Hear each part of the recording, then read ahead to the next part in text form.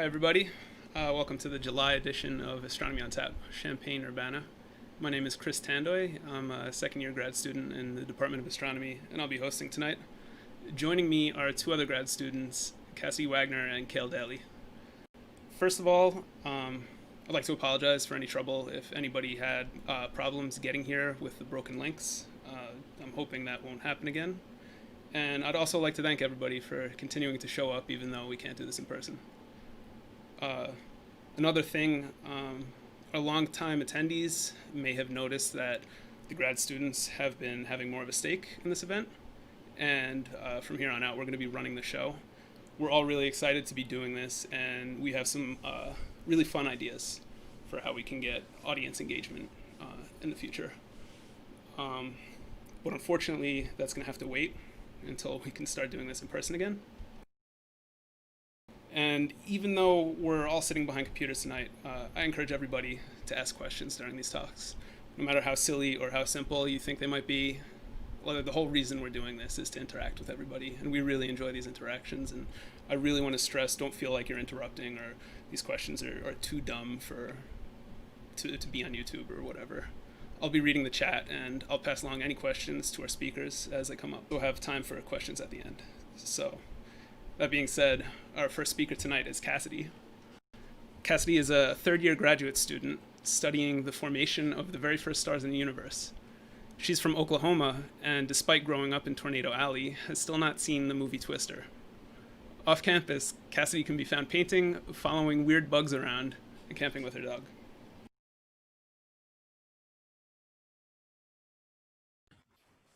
Thanks, Chris. Let me try to share my screen and hopefully that won't be too challenging. Oh, can you enable sharing screen mode?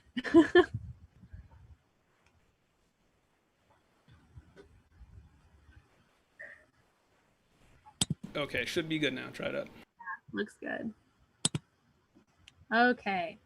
Does everything look good on my end? Looks good to me, yeah. I'm gonna take that as a yes. Yes. Okay, great. Sorry. Technical difficulties are going to be pretty interesting here. Okay, so yeah, thanks so much, Chris, for the introduction. Today I want to chat with everybody about a few different cases of science denialism and explore how each case can sort of show us an example of unique root causes of science denialism. You know, the better we understand why communities of science deniers exist, the better we can work to change some of these harmful views and encourage a more science-curious world. So the first thing I want to do is get us on the same page. So here's just a brief definition of science denialism. It's the rejection of supported propositions despite scientific consensus. And I don't want to confuse this with skepticism, which is generally a doubt or tendency to question a particular topic. And some of those topics might even be in this talk tonight. But when presented with enough empirical evidence, a skeptic might likely change their mind. The same, however, is not true for someone in denial of scientifically rigorous results themselves. So now that we're on the same page, let's see how that is found in astronomy. So you might recognize this photo. It's the moon. It's been an inspiration to the human race for millennia. You know, the moon has deeply influenced our art, our culture, beliefs, and core ways of life. Once all the continents and oceans on Earth had been explored, the moon was where we looked toward next, inviting the next phase of human adventure and exploration. These are some pictures from the 50s and 60s around the space race, you know, the US and the Soviet Union's race to get to the moon, about the Apollo lunar landing on the moon as well. And so essentially, after centuries of believing the moon was some far off thing in the sky, we finally started to think about what it might be like up close and what we might learn. The moon landing has likely been shared as one of the crowning achievements of the 20th century and deeply applauded and remembered by the entire world. It took incredibly dedicated scientists, engineers, computers, educators, and so many others to take that step. Let's take a closer look now at what kind of science really got us to the moon. So here I'm going to start with a scientific method. This might not be what you expect to hear about science that got us to the moon, but this is very foundational for the entire goals of science overall and how science can work. So first, we have observing and questioning. So, as I said, for millions of years, we humans have observed the moon and wondered about how far away it is, what it's made out of, how it got there. And at some point, we wondered if we could actually get there. So that became the question, can we get to the moon? And then we worked to generate a hypothesis, which is, a theory of maybe this is how I can get to the moon. Let me see if I can figure out if this answer is correct. So we tried to think about if we could send people to the moon and how we might do that, whether it's through rockets or through giant elevators or all kinds of interesting things people had come up with to figure out if that was really feasible. And so taking our ideas, we started to conduct experiments and collect data on rocket science and orbital dynamics and details about the moon and all kinds of stuff. And then these led us to conclusions that we might be able to actually get to space and get to the moon. We finally shared these conclusions with the larger scientific community and then the world, which launched us into the belief that we could and ultimately would get to the moon. So this same method is what we use in all scientific endeavors, whether it's landing on the moon or conducting an experiment in chemistry, or determining that cigarettes and asbestos are healthy and useful things in our lives. It might be surprising to look back on these advertisements now, but at the time, leading medical professionals, engineers, and the scientific community at large were seen in support of these now very dangerous discoveries. Given science's past failures, maybe it's no surprise to hear that there's a substantial community that does not believe the Apollo 11 moon landing ever happened, nor that the Earth is round. There are hundreds of videos online about how the moon landing was a hoax and about how it was filmed by Stanley Kubrick, and a lot of interesting conspiracy theories, as well as that the Earth could not possibly be round, and the way we observe the Earth, it looks flat, and therefore it must be flat, and science must be lying to us about this. But if some of this, proof or evidence in these videos is brought up to a scientist, it doesn't really take that long to debunk. However, these communities continue to flourish. This leads me to the first contributing factor that I want to talk about for science denialism, which is the distrust of authority and scientific institutions. There are many cases where science has been wrong in the past, like the safety of cigarettes I mentioned earlier. Logically, people might think that there's no reason why scientists aren't now wrong about climate change or vaccines. But if we remember how the scientific method works, we know that wrong results are vital for how science works. Those wrong results are studied by more scientists who will then disprove those conclusions and shed light on what the truth may really be. As you remember, I drew the scientific method in a circle, so it's a cyclical process. So once you have those final conclusions, you then use those conclusions as further things to study for the next observation and question hypothesis phase. So another source of distrust in science can come from the lack of established relationships with science. If you don't know a scientist in your personal life, what reason might you have for trusting thousands of them? That's one reason Astronomy on Tap is really beneficial, because it allows scientists like myself and Cail and Chris and as many others you might have seen to help establish those relationships with our community and work to build up that trust. So as far as what we can do, I think that scientists have a responsibility to make sure, first of all, that people understand that the scientific method is a cyclical process, as well as work to rebuild trust that we will probably lose inevitably, given that there's going to be times where science is wrong. The more we can help people understand why science is wrong and why that can help us lead to correct results, the better people will understand science. And we need to have trust in those cases as well. So now that we've talked about distrust, let's move on to another case of science denial and one of its root causes, vaccine hesitancy. So in the late 18th century, cowpox was discovered to confer immunity against the smallpox virus, effectively becoming the first vaccine before the modern smallpox vaccine emerged later. In the last 100 years of its existence, before it was finally declared eradicated in 1977, smallpox was estimated to have killed 500 million people.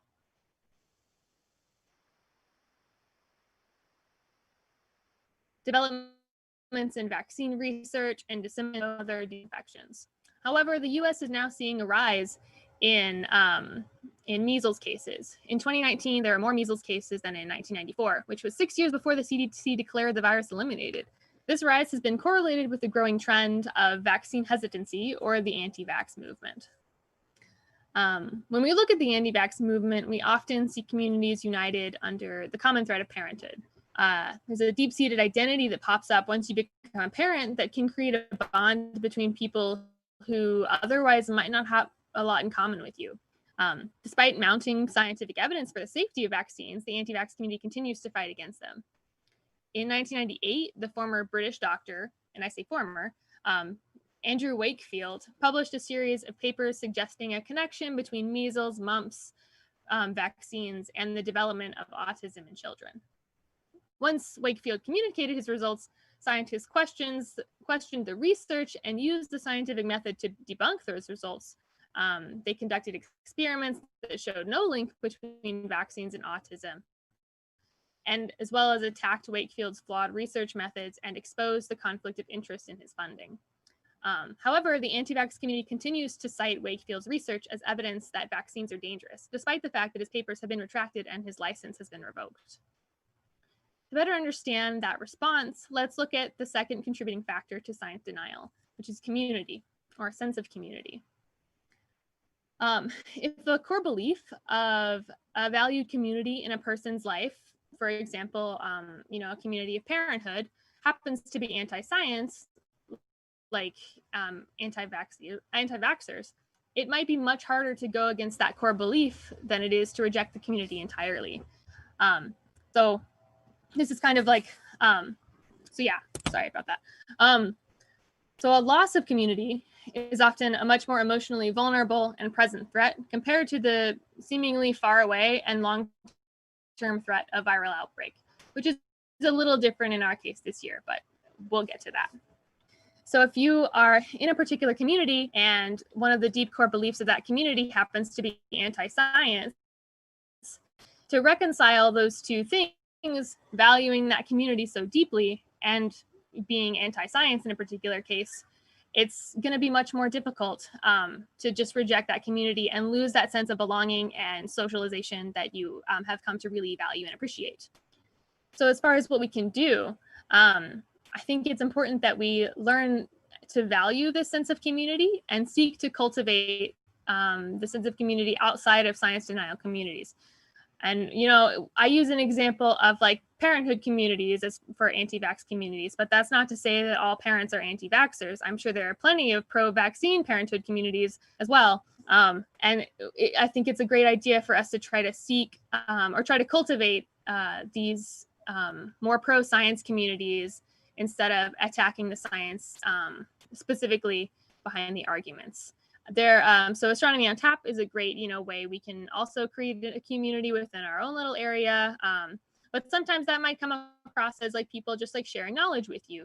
There are also several cases of scientific outreach that are specifically trying to work to create a community of like citizen scientists, such as Galaxy Zoo and Zooniverse, where these citizens who might not have any experience in science can sit down and do some real data analysis to help further scientific research. So at the same time, though, the sole reason we have anti-vaxxers isn't necessarily because of the communities. We also find distrust in institutions as well. In many anti-vax communities, there are concerns and conspiracies attacking, quote, big pharma for allegedly covering up hidden dangers of vaccines and genetically modified foods. If we only combat one aspect of the reasoning behind science denying communities, we miss the entire picture. If we just chalk up anti-vaxxers to people who want to be in a comfortable community, we're going to miss the problems they might have with the institutions, as well as other things that I might not even talk about. So that said, let's move on to the last reason for science denial that I'll be sharing. If you haven't seen an image like this before, this is what the COVID-19 virus looks like at the microscopic scale. In what feels like an extremely short few months, we have watched how the entire world has responded to the COVID pandemic. We have seen how quickly the virus has spread and how dangerous it has been for those it infects, especially the more vulnerable and immunocompromised. Simultaneously, we've been continually asked to alter our basic daily routines in ways many people had never imagined. Social distancing has substantially helped to slow the spread of the virus, but for many who have not yet been affected by COVID, social distancing means forgoing the convenience of dining out, staying active, and spending time near loved ones. This brings us to the psychology term, cognitive dissonance. This occurs when a person holds contradictory beliefs, ideas, or values, and then experiences psychological stress because of that. Many people may also participate in some action or activity that contradicts one of these. For most, it is easier to resolve this psychological stress by changing a belief than changing action, especially if one is more deeply valued than the other.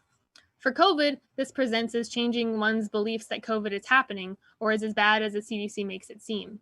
Accepting COVID as a reality means giving up the basic aspects of life that most cannot imagine living without.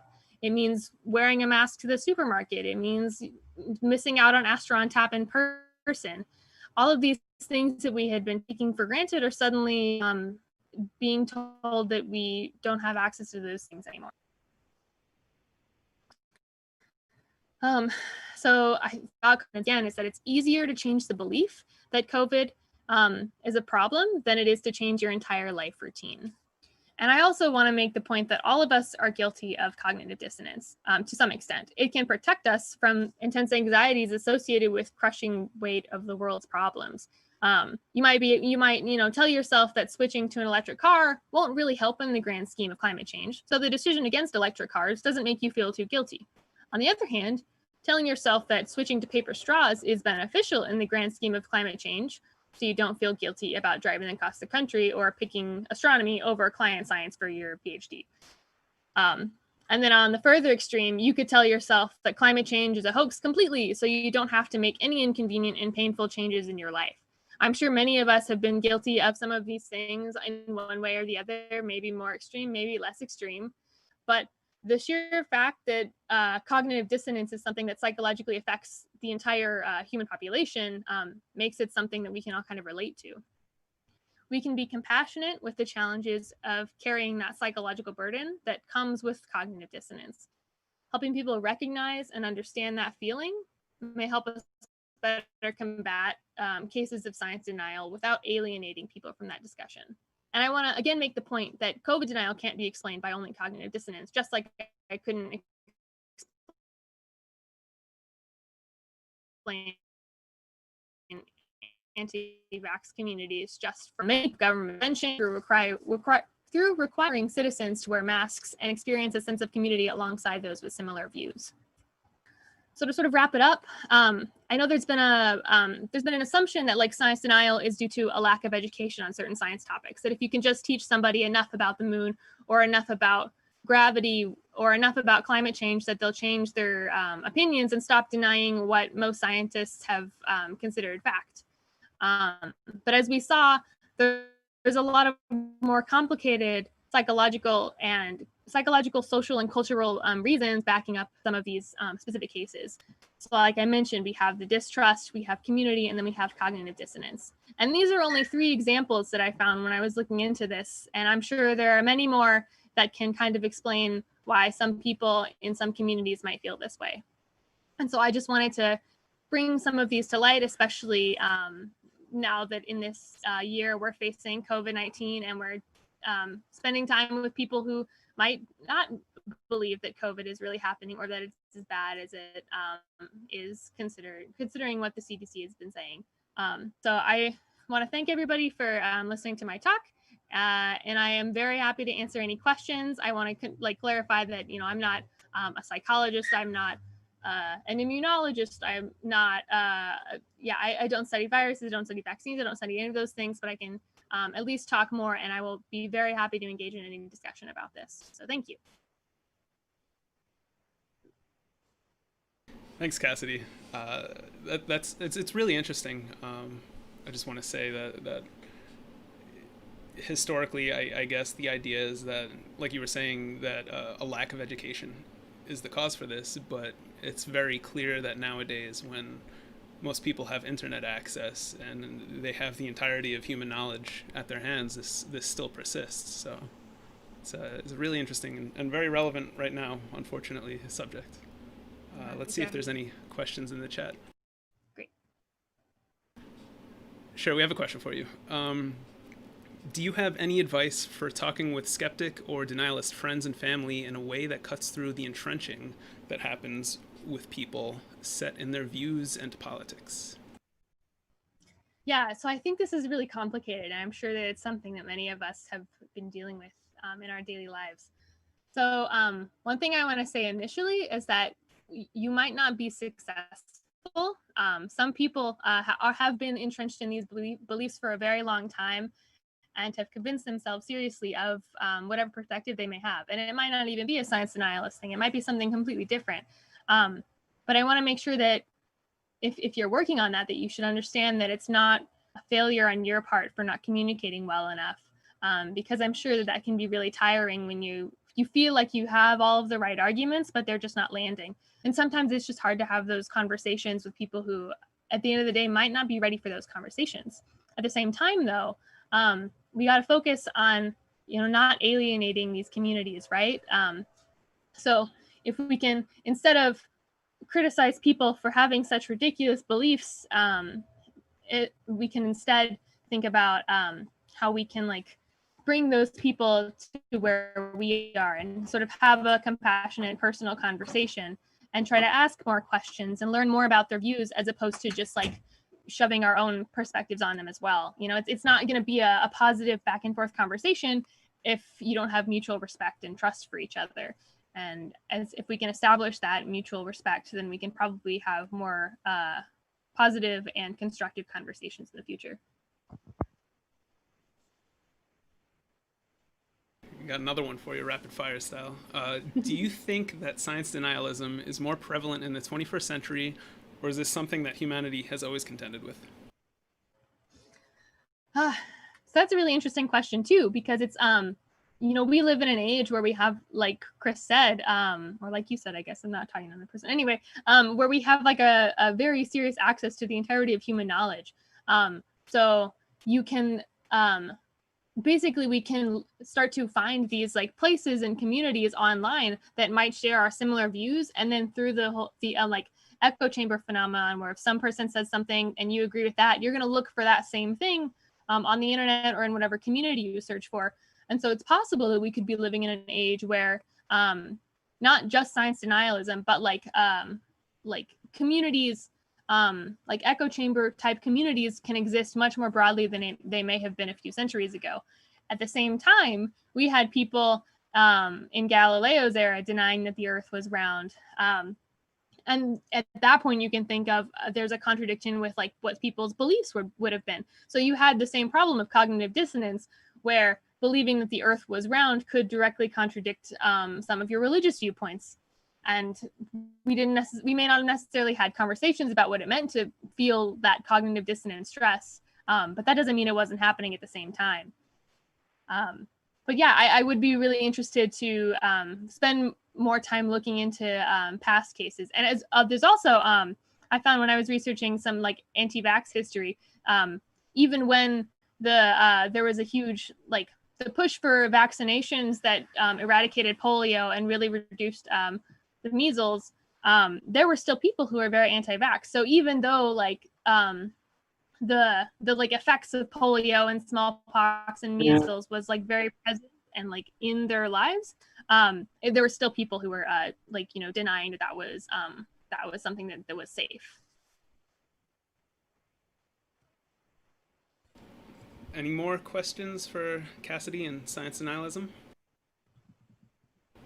I'm going to ask you one while hopefully we have people thinking some more. What is your favorite conspiracy theory that deals with science denialism? I think it's probably got to be flat Earth, mostly because I feel like I know people who are flat earthers, and it was never something that had ever occurred to me. And I think what's especially interesting is that because of taking a physics 101 class in high school or college even, I learned how gravity works, and so I learned pretty quickly how to explain away a lot of the flat earth arguments. But at the same time, haven't really been super successful in those conversations, And I think that because that stems from the fact that I thought that it was just because people didn't know enough and didn't have enough science background, and that's all they needed. But I do think that, acknowledging more like all of the things that I've been talking about probably would have helped me in those conversations a bit more. Whereas instead I spent like hours researching how to argue with a flat earther. But at the same time, maybe I should have spent that time, talking with the person and asking and why they think these things and try to be more compassionate. I think I've learned a lot, at least from that particular one. Definitely. It's if you, I guess if you start disagreeing with people, both sides are going to get entrenched, and it's beneficial right. And we stop listening to each other. Yeah, to find the common ground and see where you both agree and work from there to hopefully educate. Cool. Thank you, Cassidy. That was great. No problem. So up next, we're going to have Cail. He's going to be talking about Afrofuturism. Cail is a third-year graduate student who uses gravitational lensing to learn about the conditions of the universe just after the Big Bang. He's from southeastern West Virginia, just a few miles north of where hidden figure Katherine Johnson grew up. Didn't know that, that's cool. And a few miles south of the Green Bank Radio Telescope. In his free time, Cail enjoys gardening, cooking good food, and as you will see, listening to Afrofuturist music. Take it away, Cail. Thanks, Chris. I appreciate it. So I want to make sure I'm screen sharing correctly. Can everyone see my screen? It should say Black Man in the Cosmos. Yeah, looks good. Wonderful. So yeah, thank you, Chris, for that introduction, and thank you, Cassidy, for that talk. It was nice to hear that perspective on science denialism, and I think there's food for thought for both members of the public and scientists in the way we can do our outreach so that we're not making people distrust us. So yeah, today I want to use the second half of this time to talk a little bit about how a couple Afrofuturist visions of outer space travel. So I've titled this talk "The Black Man in the Cosmos," which is was the name of a series of lectures that the jazz musician Sun Ra gave at Berkeley in the 70s. And this is one of his album artworks on here on the left. So I'm just going to jump right into it and start talking about what my subjective view of what space travel might look like in the near future. So I think you could argue that space travel is entering a new era.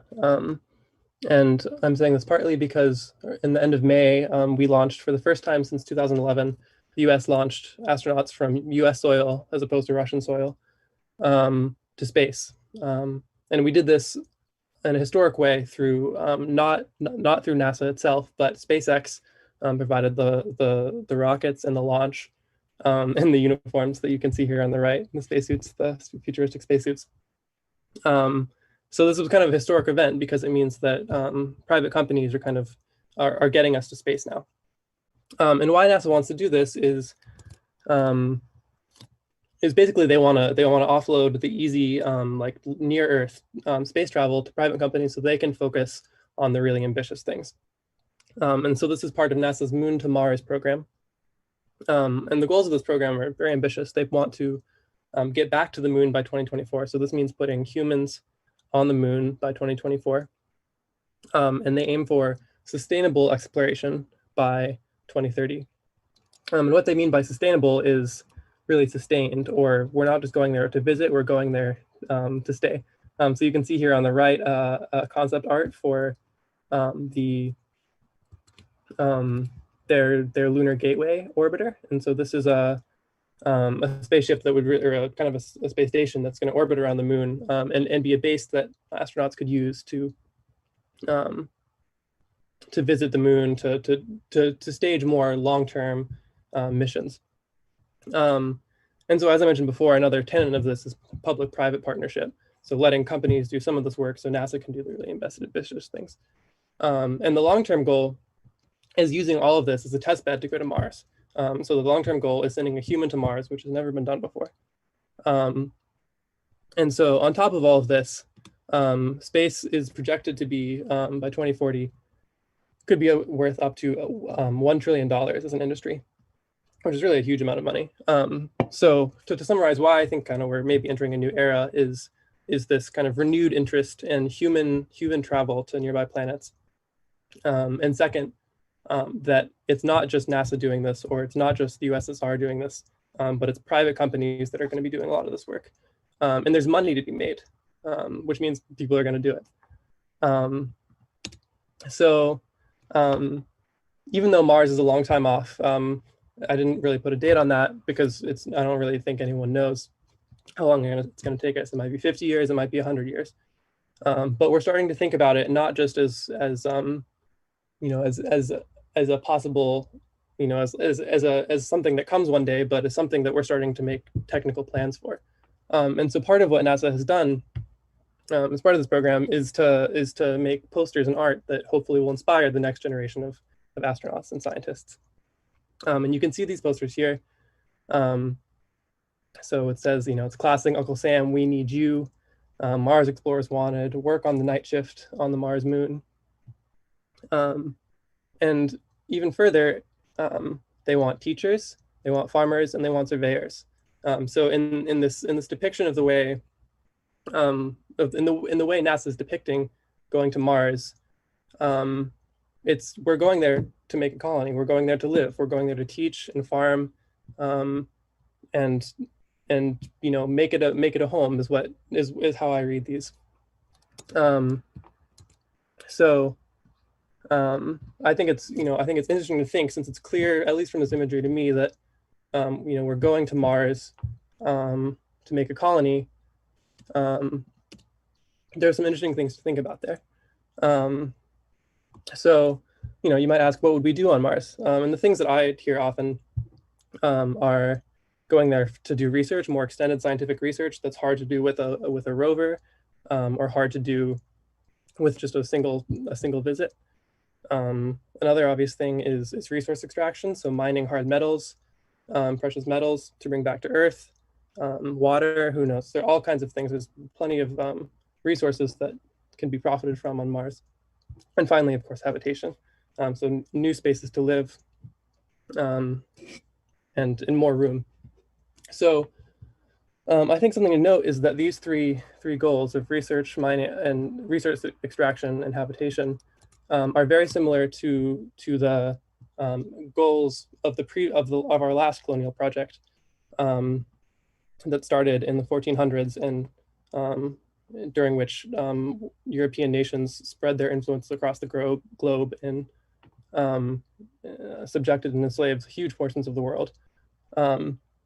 And so if we're going to Mars and we're starting a new colony and maybe a new colonial project, I think it's important to think a little bit about how to not repeat the mistakes that were made the last time around.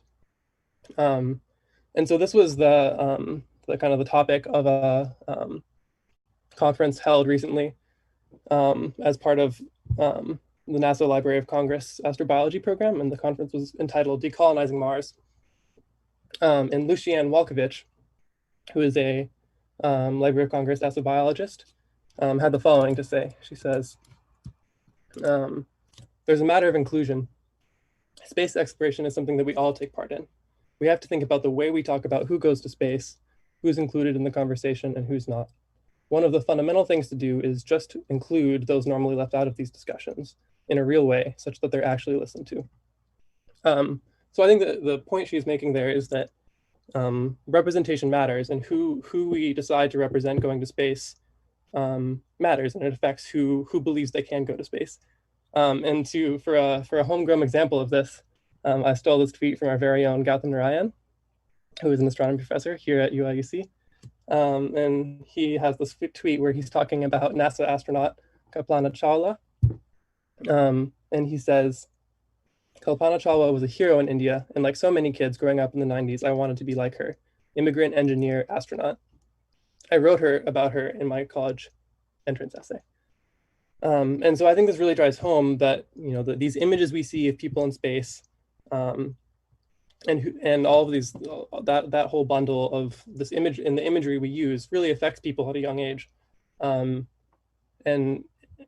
determines whether they think they have a place in space or not. So now to return a little bit to Lucianne Walkovich's encouragement to think about the way we talk about who goes to space, who's included and who's not, I want to ask that question: who gets to go to space? And I want to ask it in the context of the last space race and the last space age in the 50s and 60s. So to do this, I decided to go back and look a little bit at space age art from the 50s and 60s. So this is mostly Pulp Fiction art, taken from sci-fi magazines, books, stuff like that. And so I went to this website, Dark Roasted Blend, that has a huge collection. So this big image I'm looking at here first, is of actually a spaceship approaching Mars. So kind of in this context we're talking about of Mars exploration or colonization. And so what I did is I went to this website. It's filled with pictures, and I just went through and I took every picture I could find where you could see a human in it, and you could see their face. So they weren't in a spacesuit, they weren't in a spaceship, but you could see who they were. And so now I'm just going to scroll through some of these pictures. And so, I cherry picked these, but I cherry picked them just based on, is there someone whose face you can see in it?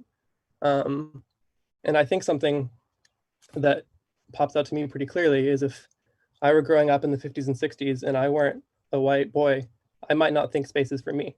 I might think it's only this regime, this place for white people with really chiseled cheekbones. And I might just, I might think it would be crazy if anyone told me I could go to space. And so I think you can also see this a little bit in the NASA art program, which ran from the 60s through, I think maybe even today, although it may have petered off at some point.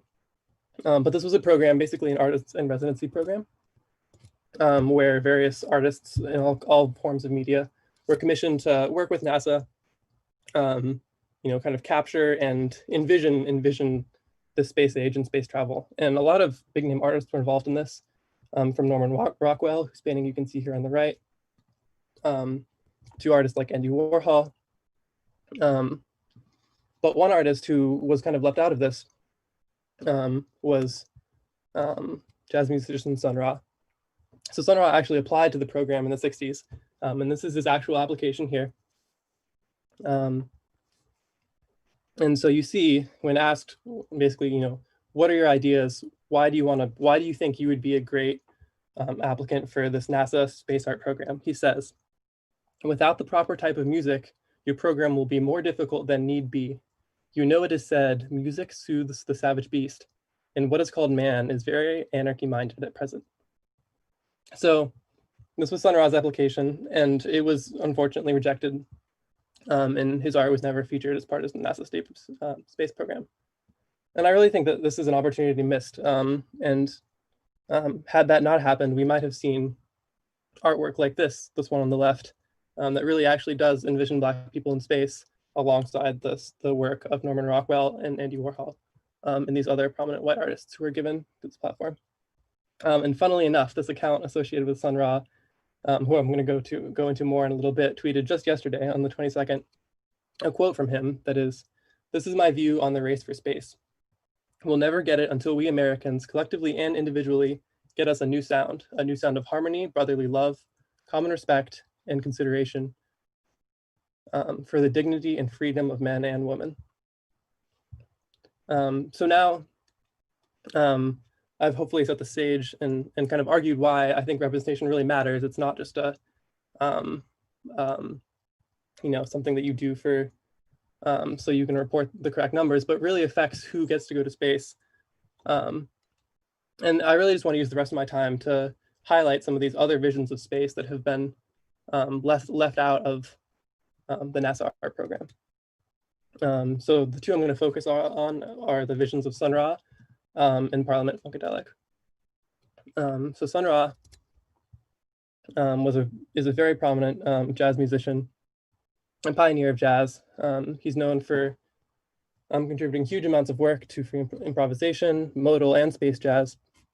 He adopted electric keyboards and synthesizers, in some cases decades before other band leaders did. And over his career, he released over 1,000 songs and 100 albums. And so a lot of his creativity and passion and vision started with a trip to Saturn he took in around 1936. So he had this vision where he says, "My whole body changed into something else. I could see through myself. And I went up. I wasn't in human form. I landed on a planet that I identified as Saturn. They teleported me and I was down on a stage with them. They wanted to talk to me. They had one antenna over each ear, a little antenna over each eye. They talked to me. They told me to stop attending college because there was going to be great trouble in schools. The world was going into complete chaos. I would speak through music and the world would listen. That's what they told me." And so this experience in 1936, which is really decades before, or at least a decade before, kind of flying saucers and alien abductions and these other things kind of entered entered American public consciousness through sci-fi. This experience really kind of started him on this lifelong journey of learning and experimentation. That was him, Sun Ra, and his Omniverse Jet Set Orchestra, which was a group of people who all played music together and embodied this philosophy and lifestyle together. So now I basically just like to cede the floor to Sun Ra for a little bit and let him speak for himself. And so I'm going to show a couple excerpts from his 1974 film, Space is the Place. And so the first clip I'm going to show is the opening scene. And the second is a moment where he appears and speaks to a Black community center in Oakland, California.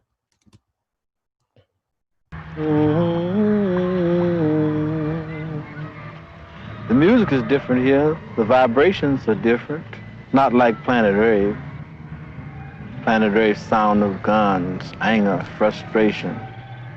There was no one to talk to up on Planet Earth to understand. We set up a colony for Black people here. See what they can do on the planet all their own without any white people there. They could drink in the beauty of this planet. It would affect their vibrations, for the better, of course. Another place in the universe, up under different stars. That would be where the altered destiny would come in. Equation-wise, the first thing to do is to consider time as officially ended. We work on the other side of time. We'll bring them here through either isotope teleportation, transmolecularization, or better still, teleport the whole planet here through music.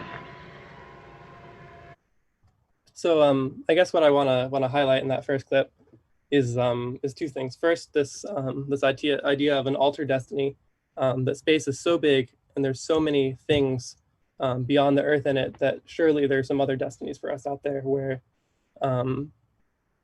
where new futures and new ways of relating to each other are possible. And I think this is a very different kind of approach than say the Whitey on the Moon approach, which is a song by Gil Scott-Heron that is kind of rather critical of U.S. space flight and the space age, kind of criticizing like why are we going to space when we haven't fixed our problems here? And I think this is a different approach that instead takes space as inspiration for new possibilities, altered destinies, and new futures, and that music is the vehicle, is the scientific vehicle for Sun Ra that transports that destiny to us here now. So this next clip is kind of him explaining why he wants to transport us all away. It's all right. Greetings, Black youth, planet Earth. What it is. I am Sun Ra, ambassador from the intergalactic regions of the Council of Outer Space. Why are your shoes so big? Are those moon shoes? How do we know you for real? Yeah, how we know you ain't somebody off Telegraph Street, some old hippie or something? What are you? I mean, we don't know that. She for real? He might have something going for him. Yeah, we sure do. What kind of shoes is that you got on your feet? Yeah, walking around all these funny clothes. Shoot, I know I'd probably take off running. I seen somebody walking down the street coming, talking all that mess to me, talking about going to outer space. Yeah, I mean, yeah, what it is. That's what it is. What it is. That's my television. We don't know what you are. How do you know I'm real? Yes. I'm not real. I'm just like you. You don't exist in this society. If you did, your people wouldn't be seeking equal rights. You're not real. If you were, you'd have some status among the nations of the world. So we're both myths. I do not come to you as a reality. I come to you as the myth, because that's what black people are, myths. I came from a dream that the black man dreamed long ago. I'm actually a present sent to you by your ancestors. I'm gonna be here till I pick out certain one of you to take back with me. What if we won't come? You gonna make us come? Then I'm gonna have to do you like they did you in Africa. Chain you up, take you with me. Are there any whiteys up there? They're walking there today. That's right. She's telling you right. They take frequent trips to the moon. I notice none of you have been invited. How do you think you're going to exist? The year 2000 is right around the corner. What's that crystal thing in your hand?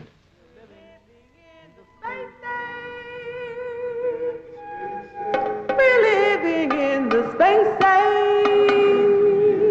age. We're living in the...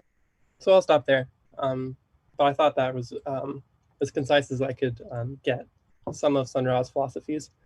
And so I think he occupies a really interesting position, because it's not, it's not Whitey on the moon. There's creativity and optimism in it, but it's also, it isn't interested in lying about how bad things are on Earth at the same time. And I think that recognition, that simultaneous recognition of things are bad, but that we can still envision new possibilities, is a really great place to start that I have learned a lot from. So that's all I kind of wanted to say about Sun Ra. There's much more, but I think I'll keep it to that and move on to the second artist I want to talk about. And since there's not that much time, I'm going to keep this really short. But the second artist I would like to talk about is Parliament Funkadelic, who were two bands who were combined into one, who operated from the late 60s through the 90s and beyond. And they were kind of a motley crew of space cadets, really. You can see them here on the right. And like Sun Ra and the Sun Ra Orchestra, they really dressed in these garish kind of spacey clothes, and really kind of pushed their identities. And probably what they're best known for is the 1975 album Mothership Connection, which you can see here. And this is George Clinton, the leader, kind of hopping out of his spaceship as if it were a Cadillac. And so one quote that I think really kind of drives home what this is all about is from George Clinton. And he says, once we did Chocolate City, putting Black people in situations they had never been in, like the White House. And it worked. I knew I had to find another place for Black people to be. And space was that place. Put Black people in places where you don't usually see them. And nobody has seen them on no spaceships. Once you see them sitting on a spaceship like it was a Cadillac, then it was funny, cool. So yeah, I think it's just, these are the people who put Black people in space first. It wasn't NASA. It was Sun Ra, and it was George Clinton and Funkadelic, and it was many other Black artists who created these visions. And so one thing that Parliament Funkadelic did as part of this album is it was commercially successful, so it kind of gave them some liberty to throw this giant space funk opera. And so they took this tour all across the country. It cost about $500,000, and half of that they spent building this thing you see here on the left, which is the P-Funk Mothership. And at each concert, they would have this descend from the ceiling, and George Clinton would emerge himself, and here he is on the right, as Star Child, the kind of the savior figure from outer space. But it's a little different from Sun Ra, because this isn't someone who's gonna take you away he brought the funk to Earth, and he was bringing the salvation to Earth rather than some kind of back to Africa or back to some planet without white people. It was rather about bringing the funk to Earth. And the legacy that he has left behind has really inspired a lot of people. So now I want to kind of look forward to today and think about where we are now. So first of all, a couple decades after both of these artists started creating these visions of space, the World Space Agencies followed suit. So the first person of African descent who went to space was Arnaldo Tamayo Mendez, who's an Afro-Cuban who flew to space as part of one of the USSR's space missions, and you can see him here in the center. And the first African American to go to space is Guion Stewart Bluford, who did so in 1983. And so, things are different now. I really think that, we're not in the same place as we were in the 60s. And you can see that, I think, also in art and culture, where Afrofuturism, which is a term that was only coined in the 90s, but it has really kind of grown to encompass a huge amount of popular culture, from art and literature, from the art of Basquiat, who this painting Untitled currently holds the record for the most expensive painting only ever sold at auctions. It sold for like $100 million. And his work is often considered Afrofuturist. The science fiction of Black writers like Octavia Butler. The music of a whole host of artists since then, such as Erykah Badu, Outkast, Janelle Monáe, and many, many others. And probably the most culturally visible facet of Afrofuturism today is Black Panther, which I think really kind of did this thing I'm talking about of creating, these Black superheroes, these Black astronauts, these Black, people who you can look up to and say, I want to be like that one day. And so with that note, I think I just want to encourage everyone to keep exploring. And so these are a bunch of links they're all free on YouTube that kind of will let you travel a little further into the universes of these two artists. So Sun Ra is here on the left and P-Funk is on the right. And so all these slides are hosted on the internet, and I'll post a link in the chat so you can explore them yourself. But yeah, to kind of, I guess, explore them a little, highlight them a little bit. The whole Place is the Place movie is available on YouTube, as is a wonderful documentary I watched just last night on Sun Ra, as well as some music. And then on the P-Funk side, I'd at least recommend you to watch out. There's a live video of the landing of the P-Funk mothership at one of the concerts. And it's definitely a religious experience. So yeah, I'll stop there and ask if there are any questions.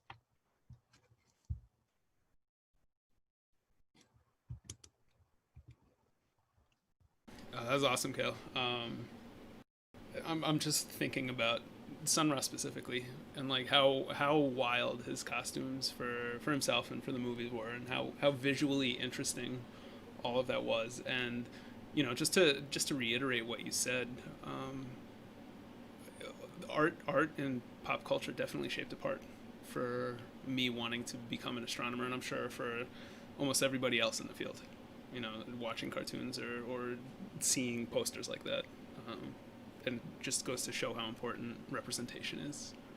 And to really quickly, and to add to that, I don't think I actually emphasized enough how committed he was to those costumes. And him and the whole band would, so they were in Philadelphia for like the last 20 or 30 years of their existence, and he wore it all the time. He would go to the grocery store dressed like that, and they all would. It was really like part of this identity. And I think it scared probably some people, but made a difference to literally see Black spacemen walking down the street of Philadelphia. Yeah, that's super cool. Wow.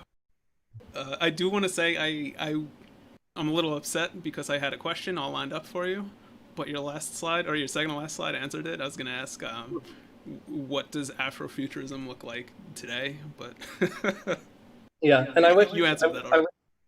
I wish I could include some more links to kind of discussions on Afrofuturism, but Google is your friend there, and there are many, many various pieces on Afrofuturism that are worth checking out. All right. Does anybody in the audience have any questions for Cail about Afrofuturism?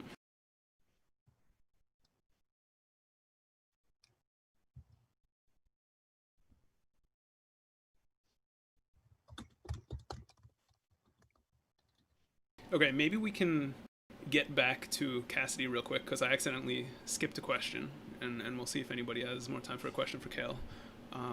Cassidy, why is science denial more of an issue in the United States? COVID is quite well controlled in most of Europe.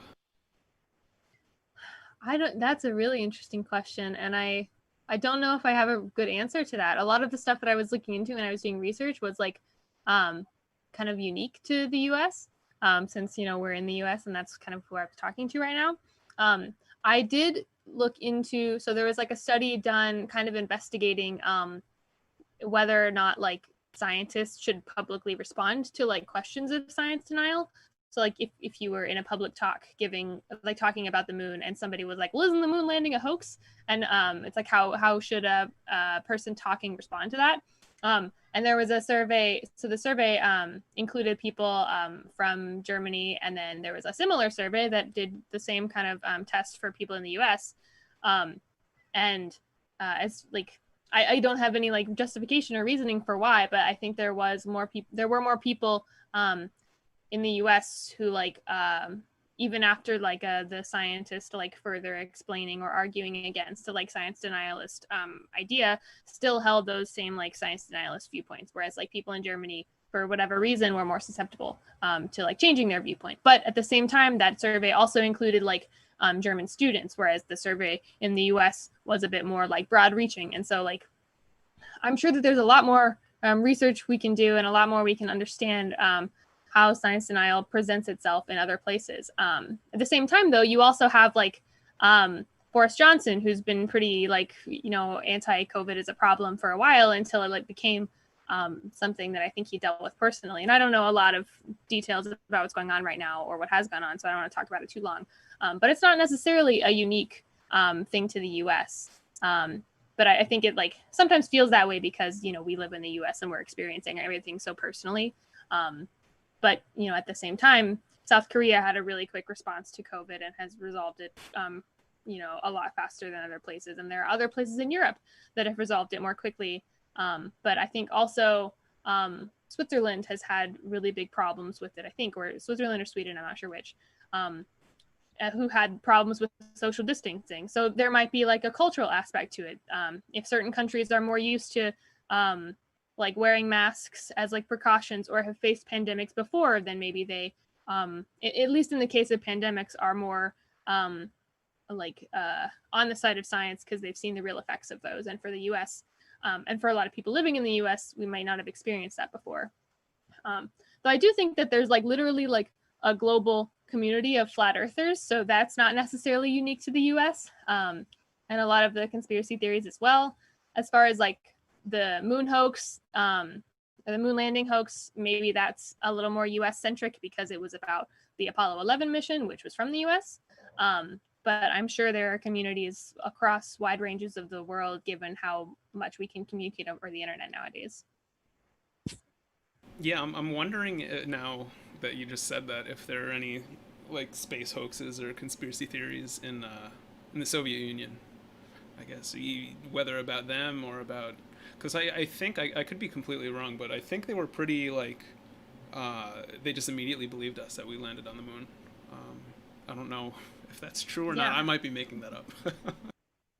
I have no idea. I mean, maybe like before anybody landed on the moon, it was like the most insane thing you could possibly think of. And then like the sheer fact that people claim to have done it was enough to convince people that it had happened. But I have no idea what it was like to live in that time and watch like people on the moon. Okay, I got a couple of questions for Cail, and I'll try to get them in quick because we're running over time a little bit. What have you taken away from the hashtag Black in STEM and hashtag Black in the Ivory? And following on Cassidy's point about community mattering, what do you want to see for our own program here in CU? You're muted right now, Cail. Had to happen to someone eventually. That's a really good question. And I'm not sure how qualified I feel to answer it, but if I were to take a stab, I would say that, I think it's the hard thing is like, what do you do like at the end of the day, I'm the person giving this talk. I'm a white person giving this talk because there's kind of not, I feel like our department doesn't have the representation where this could happen organically. And so I think, if I were to take something away, it's like, we really need to start figuring out, not just calling for representation like this talk does, calling for representation in talks like this isn't enough. And I don't really know what needs to be done to change things on a more fundamental level. But representation is just part of the picture, and finding ways to actually give power, decision-making power, to people who have been left out of the conversation is, I think, an unsolved problem that we're all faced with. And I guess that's something I forgot to say earlier, is that I ended on a positive note, that Afrofuturism is accepted now. There are Black people in space now, but I don't think NASA is ready for Sun Ra yet. I still think they're not ready. So I think that's giving decision-making power to people who've been left out of the conversation, I think, is my answer. Got another question for you. What can scientists learn from engaging with Afrofuturist art? It's a good question also.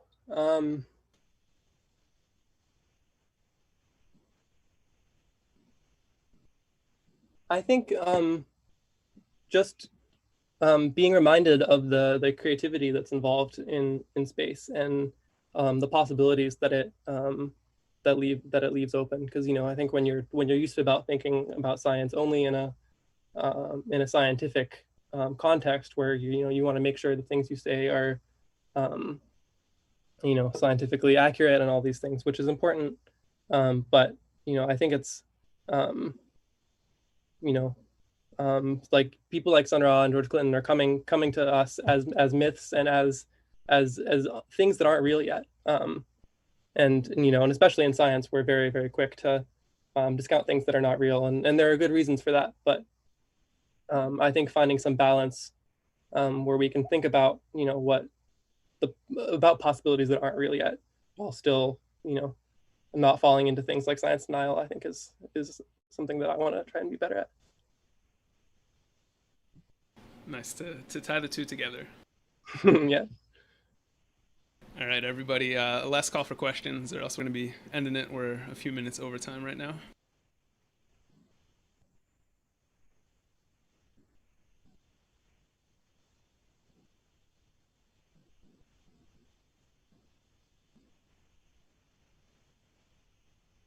All right.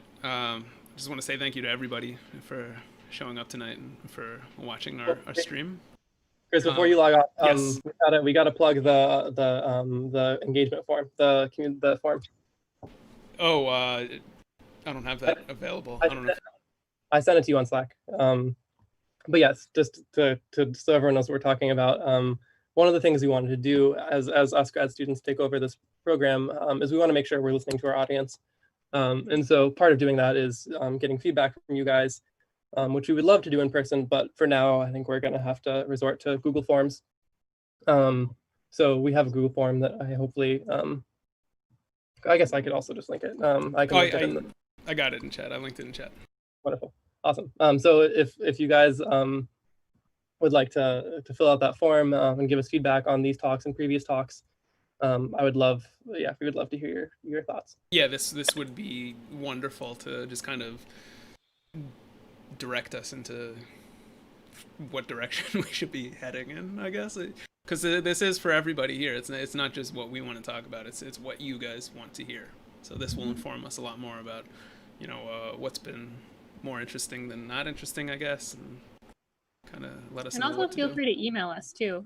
You don't have to just fill out a Google form if you want to really engage in a conversation with us. I mean, usually that happens at Astro on Tap in person, but by email is also great currently. So yeah, in general, we would just really love to hear from everybody. And we can put our emails in the chat as well. Yeah. I do have one last question for Cail. Do you know of any Black women-led pioneers in Afrofuturism other than Octavia Butler? Only marginally, and I wish I had a better answer for that question. So I think, something in this talk, I really, Afrofuturism is a giant umbrella, and I kind of just wanted to start with these two figures who are both men. But I guess other than Octavia Butler, there's a lot in music from Janelle Monáe to Erykah Badu. But I don't have a great answer beyond that. That being said, I think I saw while making this a story about women Afrofuturists that I can share in the chat in a second. One thing that might be the costume designer for Black Panther is Ruth Carter, and she's a Black woman who designed all of these Afrofuturist costumes for this. She's also been involved in a lot of Spike Lee's films and kind of like created a lot of styles within Black youth culture in like the 80s and 90s that are like still pretty relevant. There's like an episode about her and her like experience with costume design on Netflix on this show called like Abstract, the Art of Design or something. So if anyone's interested in that was really cool, and it was really neat to see her talking about her role in like kind of shaping this. Yeah, that's great, Cassidy. Thank you. And I just linked the piece I referred to in the chat, and it's entitled "How Black Women Are Reshaping Afrofuturism," because it's a thing that's still evolving. I'm gonna quit Slack. Yeah, it's a thing that's still evolving and is actively creating new worlds. There's some names being linked in chat, and I apologize if I pronounce these incorrectly, but Cherie Renee Thomas and Nnedi Okorafor are some women, it looks like. Answer Alex's question.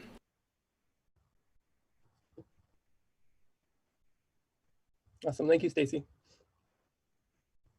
All right. Thank you so much, everybody. We really appreciate you coming out and watching our stream tonight. Stay tuned to find out what we're going to be doing next month. I hear it's going to be interesting. It might be the best Astro on Tap yet. I don't know. We'll find out. Thanks a lot, everybody. Take care. Have a good night. Thank you, everyone. Thanks. Bye.